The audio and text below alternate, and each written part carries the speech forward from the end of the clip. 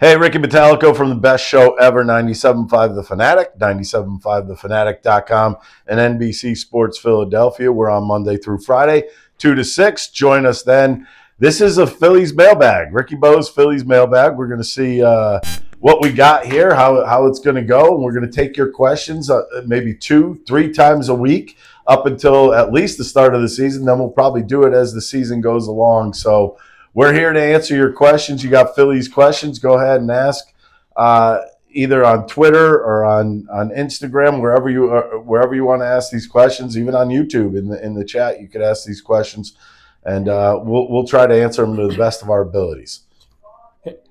Can we please do away with the daycare moniker? Seems ridiculous and played out now that the guys in the group are vets at this point. All right, I got a 100%. I'm going to agree with you. I think it was cute when they first came up. They're the rookies getting in there. This is kind of like a little job that they needed to do, going out there, pouring the water on everybody, pouring the cups of seeds on people after the game. But now you're talking about Alec Bohm, who's 28 years old, and he's been around the league a while. You're talking about Marsh, same thing, been around a while. And then Stott. I mean, these are guys that are no longer rookies. These guys are now veterans in the league. You shouldn't be called the daycare anymore. I made the joke the year after the daycare. They should have called them the preschool, and then you call them, here come the elementary students, and then move on from there. But we're well past this. I agree with that. I think it gets to the point where it's like a little bit overblown at times. I didn't like it after the first year. I think you change things up as years go by. But in that type of situation, I think it's time for them to be the veterans on this team also. Where do you see Aiden Miller playing long term? Could he move into left field? Aiden Miller playing long term, I think the smartest thing would be probably try to get him into left field. I don't know if that's going to happen. I picture him left side of the infield, either third base or shortstop. I believe it was last year in the middle of the season, they told him at some point he's going to be coming up as a shortstop, which kind of blows my mind because you got a guy there in Trey Turner who's probably going to be around for a while. I mean, he's got a long-term contract with the Phillies.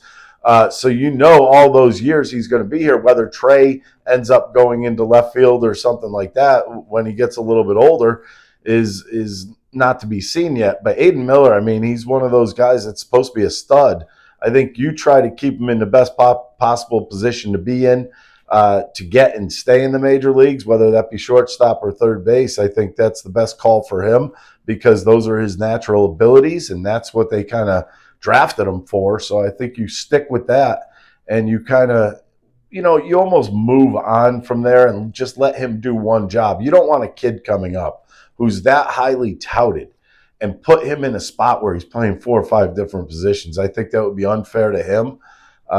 Obviously, you want him in your lineup, but I think you need to give him an open spot. When are the Phillies going to get some impact players on the international market like the Dodgers and Braves? Number one, it takes time. Okay, it takes time. First and foremost, they signed a Japanese player this year. When you start doing that, if he likes it here, he's going to tell other players there that are coming to America, hey, Philly's a good place to play. Here's the problem. You come over from Asia, you're gonna be in a weird situation because when you think about places they're going to want to be, it's going to be the West Coast. And reason being, obviously, closer to home. That's number one.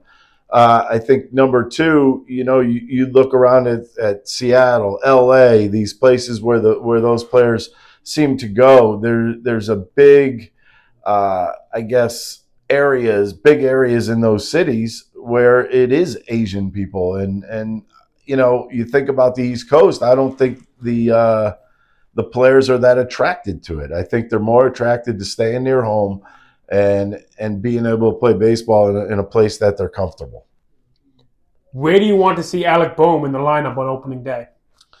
I think Alec Bohm's probably going to be 5th. I know there's a lot of talk about this. I mean, Alec Bohm, number one, if they're going to switch the order, here's what I think should happen at the top of the order. I think it should be Harper leading off. He doesn't want to do it. And then you get to the Turner, the Schwarber. Then you look at number 4. That would be one of the positions that he could possibly bat in. but you're looking for a little bit more power in that area. So I would kind of stick to a guy like Nick Castellanos batting fourth, and I would put Alec Bohm behind him. Alec Bohm's a guy that's going to drive in runs. He's been very good with 2 outs, runners in scoring position, scoring those runs.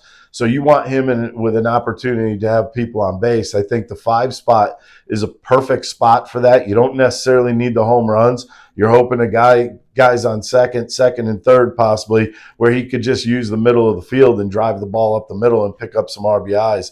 The RBI guy is the biggest thing in the world, and I think him batting fifth, that would be a perfect spot for him. And the one thing you want to see, especially 1 through 5 in the lineup, is continuity. You want to see this be the same for a lot of games, and I think you put him 5. I think that leaves a comfort zone for everybody. And like I said, Harper probably doesn't want to hit first. He may end up second or third in this lineup. So it's just one of those things where do you fit him in a position where he's going to succeed? And I think the 5 spot's going to be the best place for him.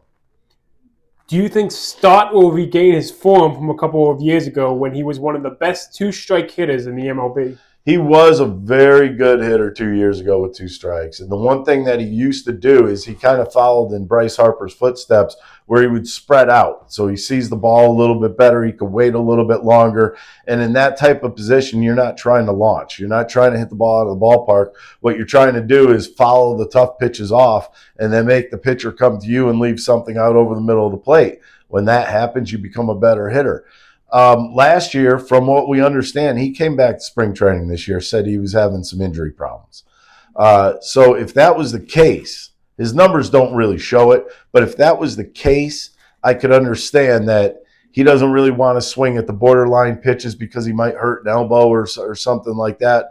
And my whole theory is, though, that spreading out would be the biggest thing to get back to because you're seeing the ball a little bit longer. You get to wait a little bit longer. Therefore, you're not going to have those awkward swings that you might take at a pitch in the dirt or a pitch on the outside corner. I think if he was hurt last year, I think he gets back to where he was 2 years ago. Will Brennan Marsh ever be an everyday player?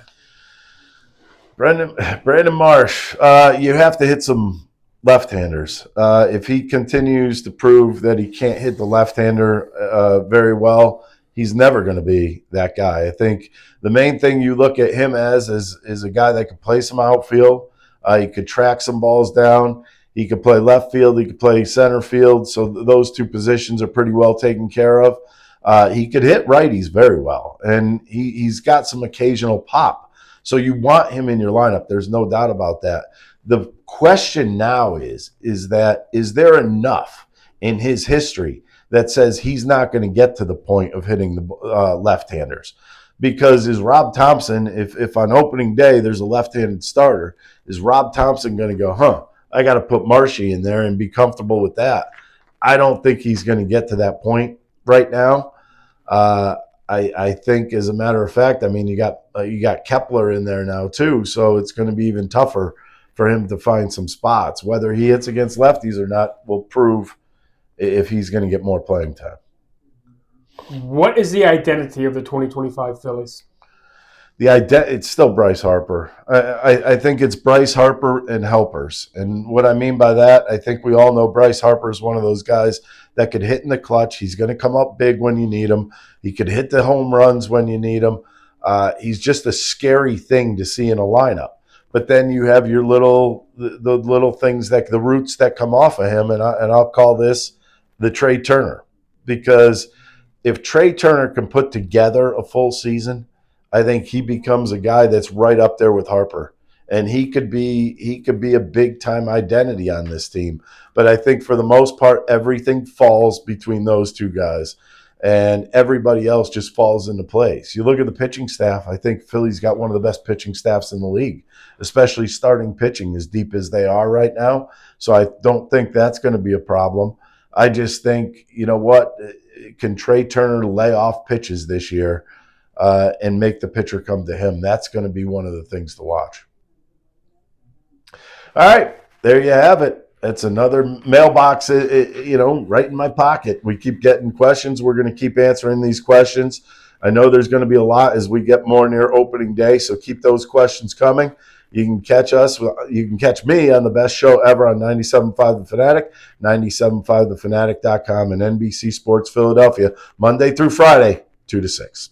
Hey everybody, thanks for watching our YouTube. If you want to help us out, go ahead and like and subscribe for us. If you liked what you saw, go right over here to our playlists and pick out whatever you want to watch.